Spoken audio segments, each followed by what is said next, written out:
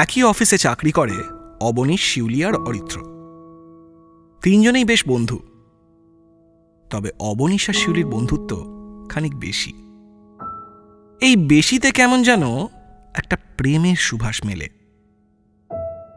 জানুয়ারি মাসের শেষের দিক একদিন অফিস থেকে বেরিয়ে চা খেতে গেল তিন বন্ধু। হঠাৎই শিউলির কানের দুলে ওর গায়ের চাদরের একটা সুতো আটকে গেল। অরিত্র কোনো কথা না বলে সুতো দুল থেকে ছাড়ানোর অভিযানে নেমে পড়ল।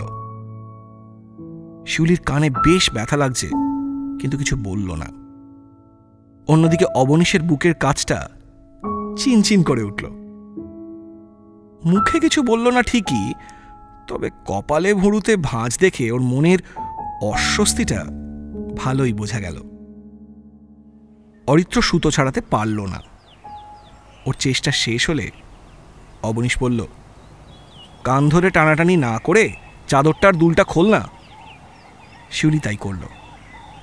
তারপর সুতোর জট 30 সেকেন্ডের মধ্যে ছাড়িয়ে কেমন একটা যুদ্ধজয়ের মতো গর্বের হাসি হাসল অবনীশ। তখনই শিউলি ঠোঁটের কোণে হাসি নিয়ে বলল, অপছন্দটা মুখে প্রকট না করে পছন্দের কথাটা বললেও তো পারিস।